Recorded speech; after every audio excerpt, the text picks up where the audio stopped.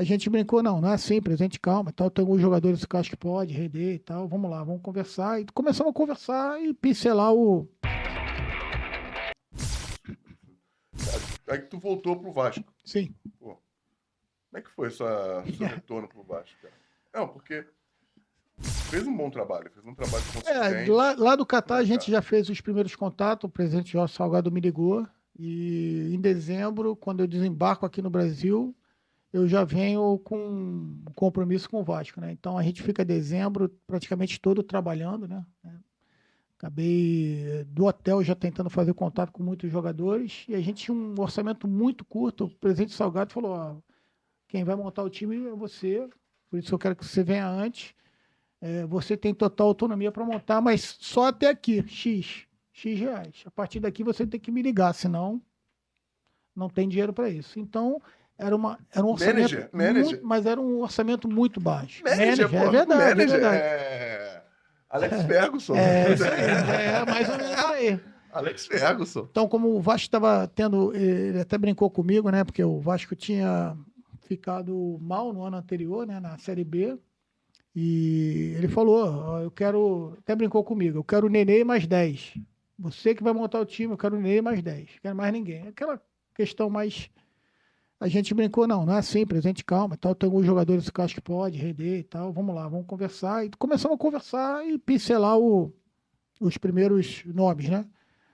Muita dificuldade para os jogadores aceitarem, né? Porque não é só que o orçamento era baixo. O Vasco vinha com 2 a 3 meses salário atrasado, apesar do Jorge Salgado, o presidente Jorge Salgado, já ter colocado muito em dia, né? Ele falou, porra, eu sou o presidente que estou há 12 meses, eu não me lembro exatamente, já paguei 15 folhas, mas continua atrasado. E aquele negócio. É incrível. É um cara que... E o Vasco estava na Série B. A Série B.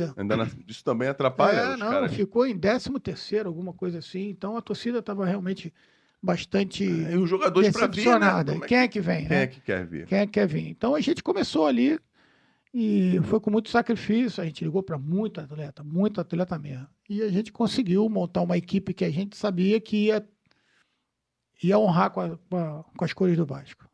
Então, um grupo, cada grupo tem a sua característica, né? Tem o seu... A gente fica com a lembrança. O grupo do Vasco era um grupo homem pra caramba. Homem pra caramba. Você ajudou a escolher. Não, porque não é muito comum aqui no Brasil. Esse compromisso, entendeu? Isso. O jogador ficava com compromisso comigo e eu com ele também.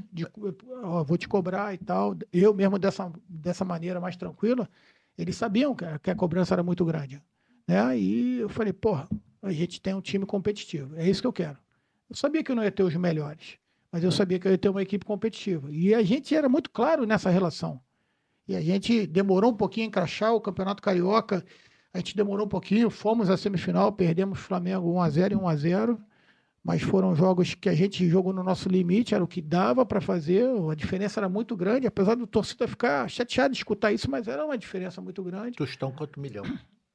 A gente conseguiu fazer uma equipe competitiva respeitada, que isso era importante. É isso. Eu lembro acabar o jogo contra o Flamengo, o Davi Luiz veio falar comigo, desejar boa sorte na Série B. Eu falei, poxa, obrigado. Então eu falei, porra, parabéns, os caras são guerreiros pra caramba, vai dar.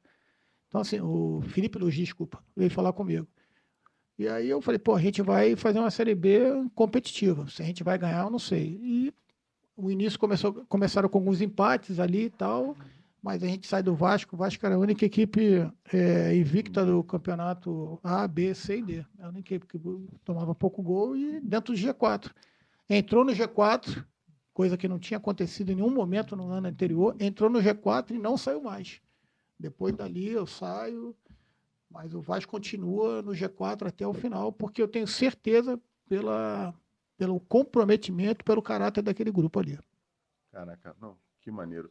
Isso foi agora, quando o Vasco subiu. Exatamente, isso ano passado. E tu já via no moleque lá essa personalidade para jogar no Andrei, cara? Ah, sim, o Andrei. Andrei é um garoto que a gente viu, quando a gente faz a pré-temporada, as pessoas que conheciam mais ele, queriam que ele viesse já treinar com o grupo. Eu falei, não, eu conheço a Copa São Paulo, é fundamental que ele jogue a Copa São Paulo.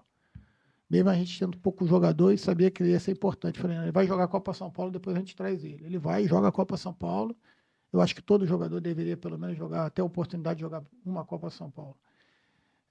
Porque é um momento tão intenso e com tantas variáveis de ter que ganhar, de se acompanhar não só o seu grupo, viagem para lá, viagem para cá e tal. Esse deslocamento eu acho que faz parte ainda, é aquela última parte de formação do atleta. Não sei se mas os lugares são meio que compartilhados. Compartilhados, sem dúvida. Então eu acho muito legal isso, esse movimento.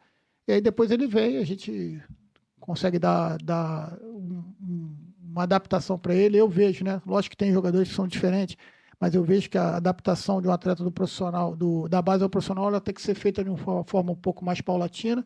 E eu costumo trazer, se eu vejo que eu quero aquele jogador, eu costumo trazer ele um pouco antes, 4, 5 meses antes. E ele vai treinando com a gente até ele conseguir se adaptar com o jogador. Não é se adaptar no futebol, que o jogador, às vezes, 18 anos já joga igual, parece que está jogando no profissional há muito tempo. Agora tem um garoto lá de 16 que está voando. Mas, assim, escutar o companheiro, tomar expor do companheiro, cobrar do seu companheiro, que eu dava liberdade para que eles cobrassem também o companheiro, sabe? Sentir a parte física que é diferente. E aí o André acaba estreando, acho que foi até um Flamengo e Vasco na região, ele acaba estreando. E depois ele mostra aí todo o seu potencial. Um jogador que tem muito futuro mesmo. Tomara que ele se adapte o quanto antes lá no Chelsea para poder. Cara, assim, o moleque é muito bom jogador. Bom jogador. Bom jogador. Tem uma noção de espaço, uma noção de. Sabe o momento de atacar a área. Apesar de não ser alto, ele consegue fazer gol de cabeça. Muitos gols de cabeça. Ataca o espaço bem. Logicamente que ele vai pegar os detalhes do futebol inglês. Nossa, não precisa nem falar, vai ficar mais forte fisicamente. Vai ficar mais forte fisicamente. Vai ficar um cavalo. Agora, o que impressiona no Andrei, o que mais impressiona no Andrei é ele sabe o que quer desde muito cedo. Com, sei lá, relato lá do pessoal, com 13, 14 anos, já entrou em curso de inglês, que ele falava que ia jogar fora. Não sabia quando, mas queria jogar fora, então ele já fazia inglês. Ele realmente tem o controle de sono, controle de alimentação, que tem que ser. Hoje não dá para ser meia boca, Fernando. Não dá. Se o jogador quer ser jogador mesmo, ele vai ter que pagar o preço. E o preço é alto. Se quiser estar entre os 0,5%. É porque, como você falou, querer todo mundo quer, mas Bernardinho que fala isso, né? Pagar o preço. Não quer pagar o processo. Não quer. Exatamente. E ele paga o preço desde muito cedo. E tenho certeza que se nada der errado aí, ele vai ser um dos top aí na frente. Cara, tu